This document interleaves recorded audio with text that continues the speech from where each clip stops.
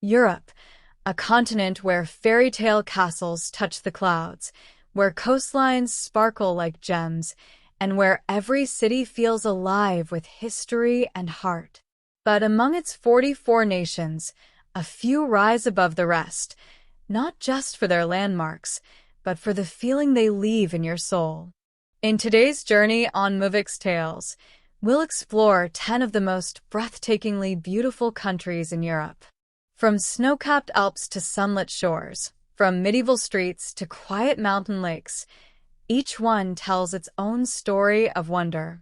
So sit back, take a deep breath, and let's wander through the places where nature, culture, and timeless charm come together in one unforgettable journey. Glow showing Europe, Africa sparkles. Number 1. Switzerland. Switzerland stopped me in my tracks the first time I crossed into its valleys. I'd spent the morning on a rattling regional train, watching the world change like a film, green meadows opening into cliffs, cows with bells, then suddenly the mountains.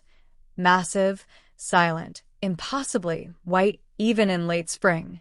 By the time we curved into Lauterbrunnen, waterfalls were spilling from the cliffs like ribbons torn from the sky. I found a bench and sat until the cold numbed my fingers, because the view demanded presence. Here, beauty doesn't rush you. It invites you to slow down. I hiked a little trail that evening and met a shepherd who handed me a chunk of alpine cheese and pointed up toward a ridge I'd missed. Later, the Matterhorn at Zermatt did something to me I didn't expect. At sunrise, it turned the blank white of ice into a burnished orange, slow, stubborn, and unforgettable. In Geneva, I watched a swan slice across the placid lake, city skylines softened by mountains. In Lucerne, I discovered that Swiss towns have a dignity to them, neat, careful, but generous. People seem to move with intention, as if they too were taking a breath per vista. What shocked me was how small details added to the magic. The smell of wood smoke on a chill evening, the sound of cowbells echoing, trains arriving like clockwork. Even the silence felt designed. Switzerland taught me that beauty can be durable. It's not always a one-off thrill, but a steady presence that accumulates small, perfect moments. I left with pockets of quiet inside me, little landscapes I could carry anywhere. 2. Italy. Italy felt like a long, affectionate letter written in a language I wanted to learn. On my first evening in Florence, I drifted along alleys smelling of garlic and roasted chestnuts, the Duomo looming like a memory of the Renaissance. People strolled as if the day were a living museum.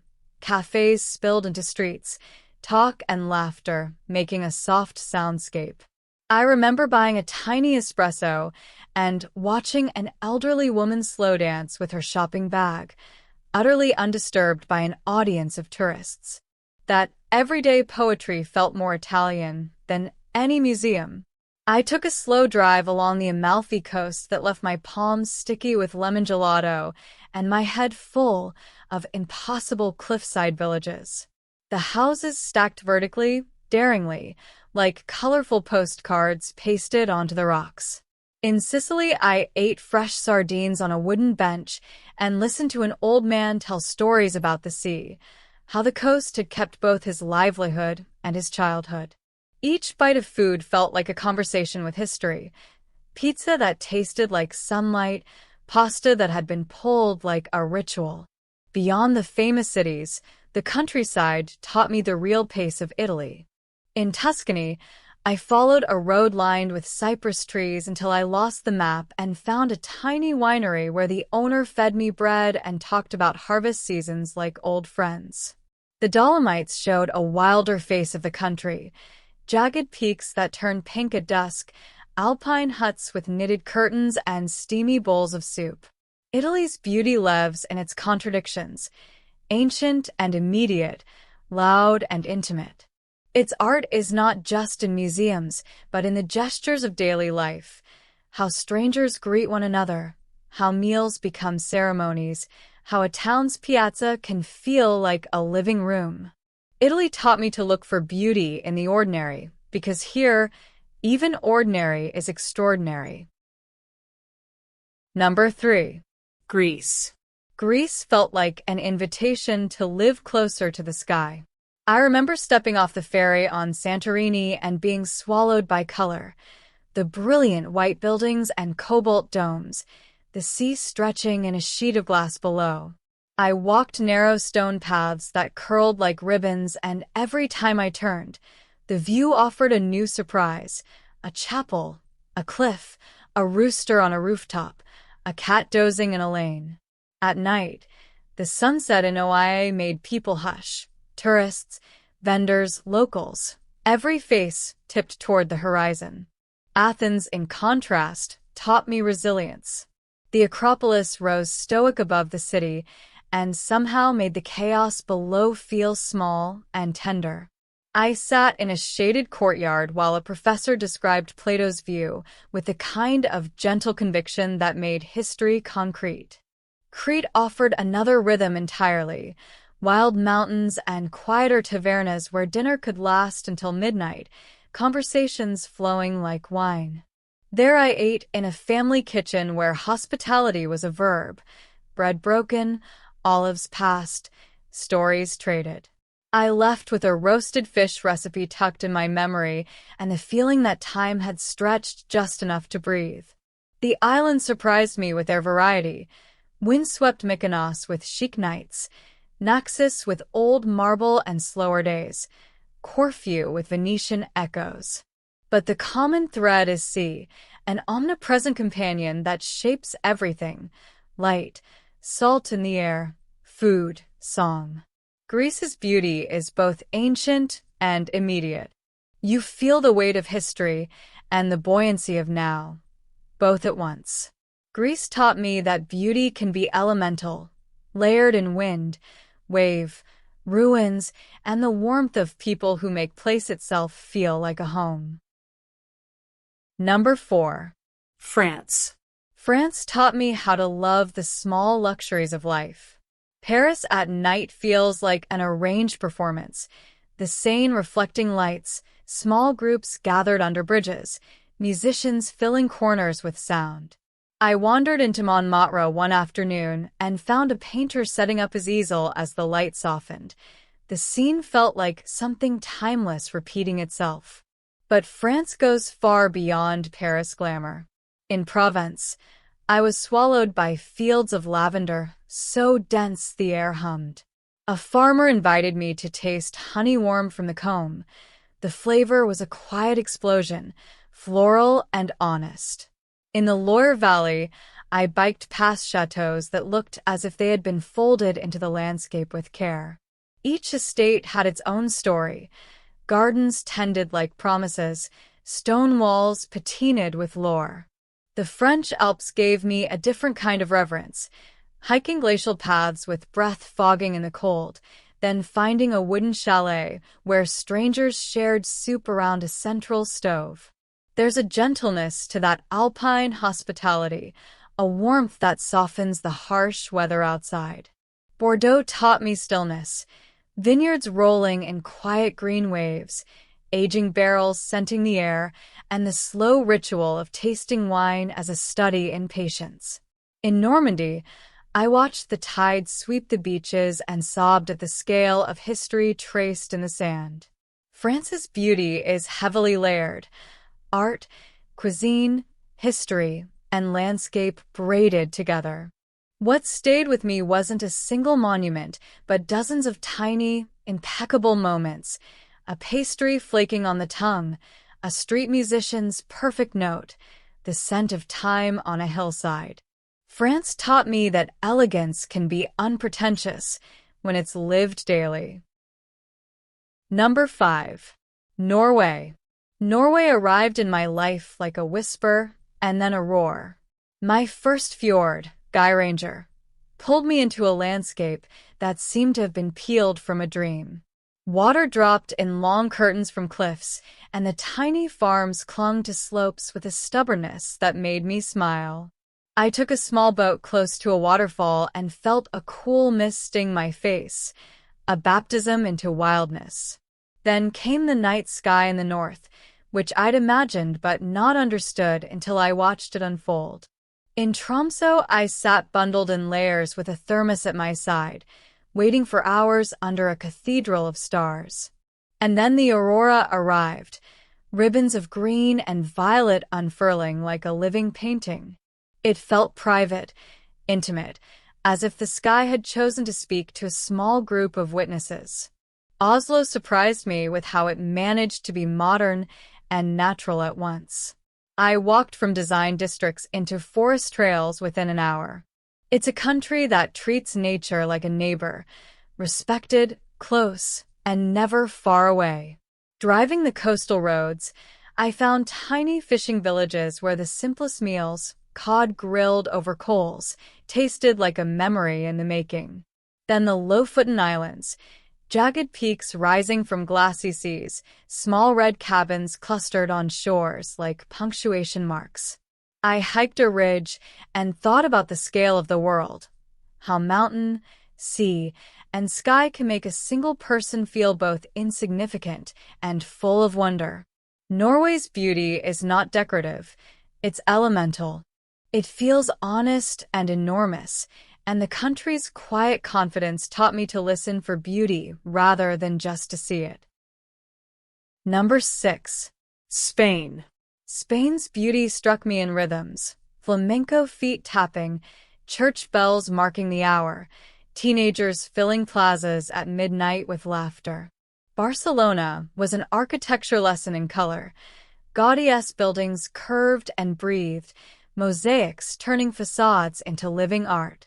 I remember climbing Park Güell's tiled benches and seeing the city unfold like a sun-washed painting. Granada's Alhambra felt like walking through honeyed history.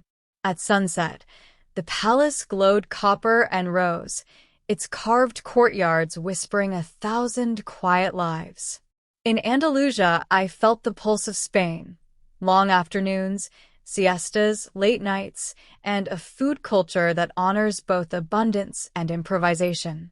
I ate tapas off crowded plates while strangers shared stories, and somehow everyone felt welcome. Madrid offered a different beauty. Plazas full of energy, museums that felt like temples of human creation, and parks where families ate picnic lunches under plane trees. The coastline surprised me too. Driving to Costa Brava, I found hidden coves with water so blue it cut like glass, boats bobbing lazily in coves that smelled like rosemary and sea spray. Then came the small towns. Ronda perched dramatically over cliffs, clusters of whitewashed houses in Andalusia, and the oak-studded hills of Rioja where wine became a ritual. In each place, people carried a warmth that made evenings stretch. Spain taught me that beauty is often social. It blooms in plazas, around tables, and in the comfortable chaos of a life shared. Spain's charm is in its contrasts, wild and refined, ancient and modern, but always generous. And once you've felt the light on a Spanish afternoon, you carry it with you. Number 7. Austria. Austria is the sort of country that hums. I remember stepping into Hallstatt and feeling like I'd walked into a lullaby, reflections of pastel houses on a glassy lake, church bells chiming with friendly insistence. The town's narrow lanes held a hush, the kind that makes you slow your breath to the rhythm of the water. Vienna felt like a gracious host. Palace gardens, coffee houses filled with the clink of cups, and the ghost of symphonies everywhere you turned. I sat at a table where an old man read a newspaper and a young violinist rehearsed in the distance. The scene felt composed, as if beauty were being curated in real time. Salzburg smelled of baked goods and wood smoke, and wandering its Baroque streets felt like being in a living score. Then the Alps revealed another kind of Austria, crisp air, trails that dip and rise like musical phrases, and meadows thick with wildflowers in summer. I hiked to a ridge at dawn and watched cows amble out of the fog, their bells adding a soft percussion to the scene.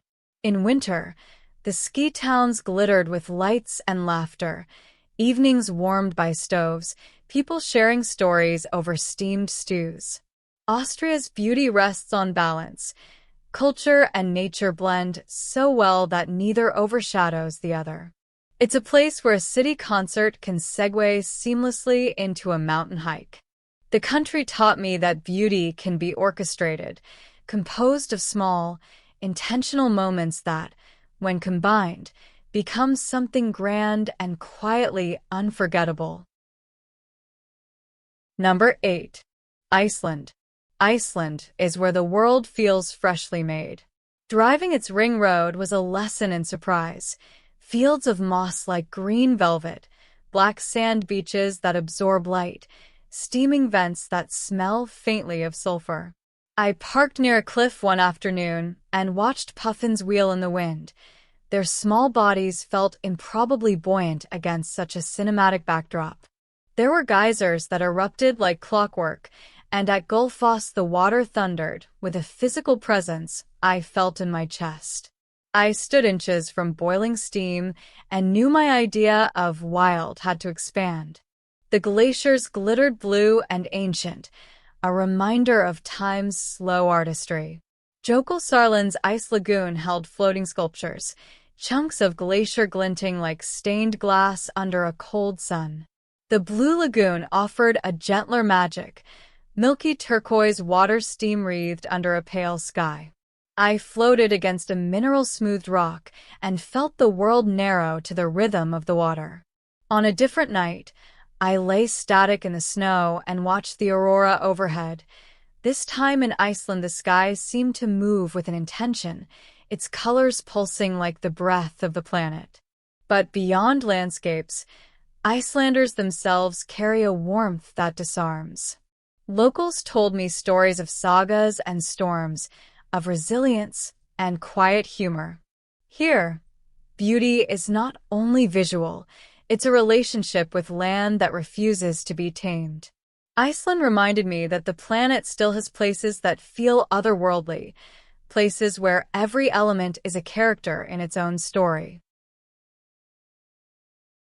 Number 9. Portugal. Portugal arrived like a soft song. Lisbon's trams creaked up steep streets in the late afternoon, and the city smelled of roasting chestnuts and salt.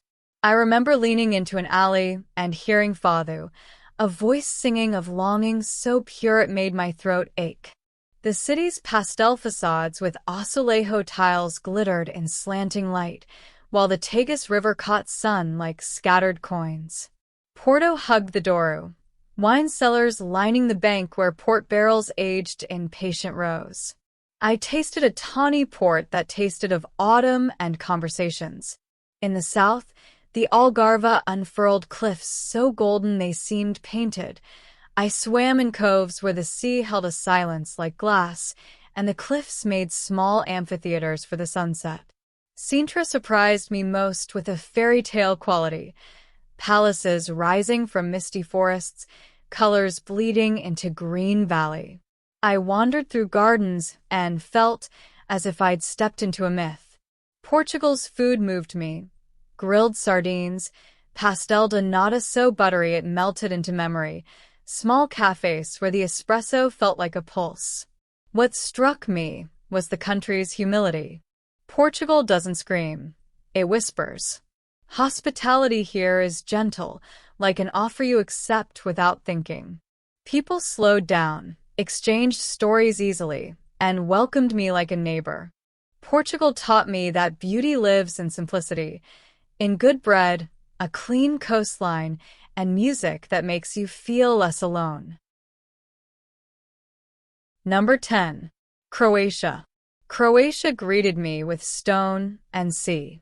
Dubrovnik's orange roofs looked like a field of lanterns as the sun sank, and walking atop the city walls felt like moving through a living history book. Boats dotted the Adriatic like bright seeds, and the salt in the air tasted like invitation. Island hopped, and each stop revealed a personality.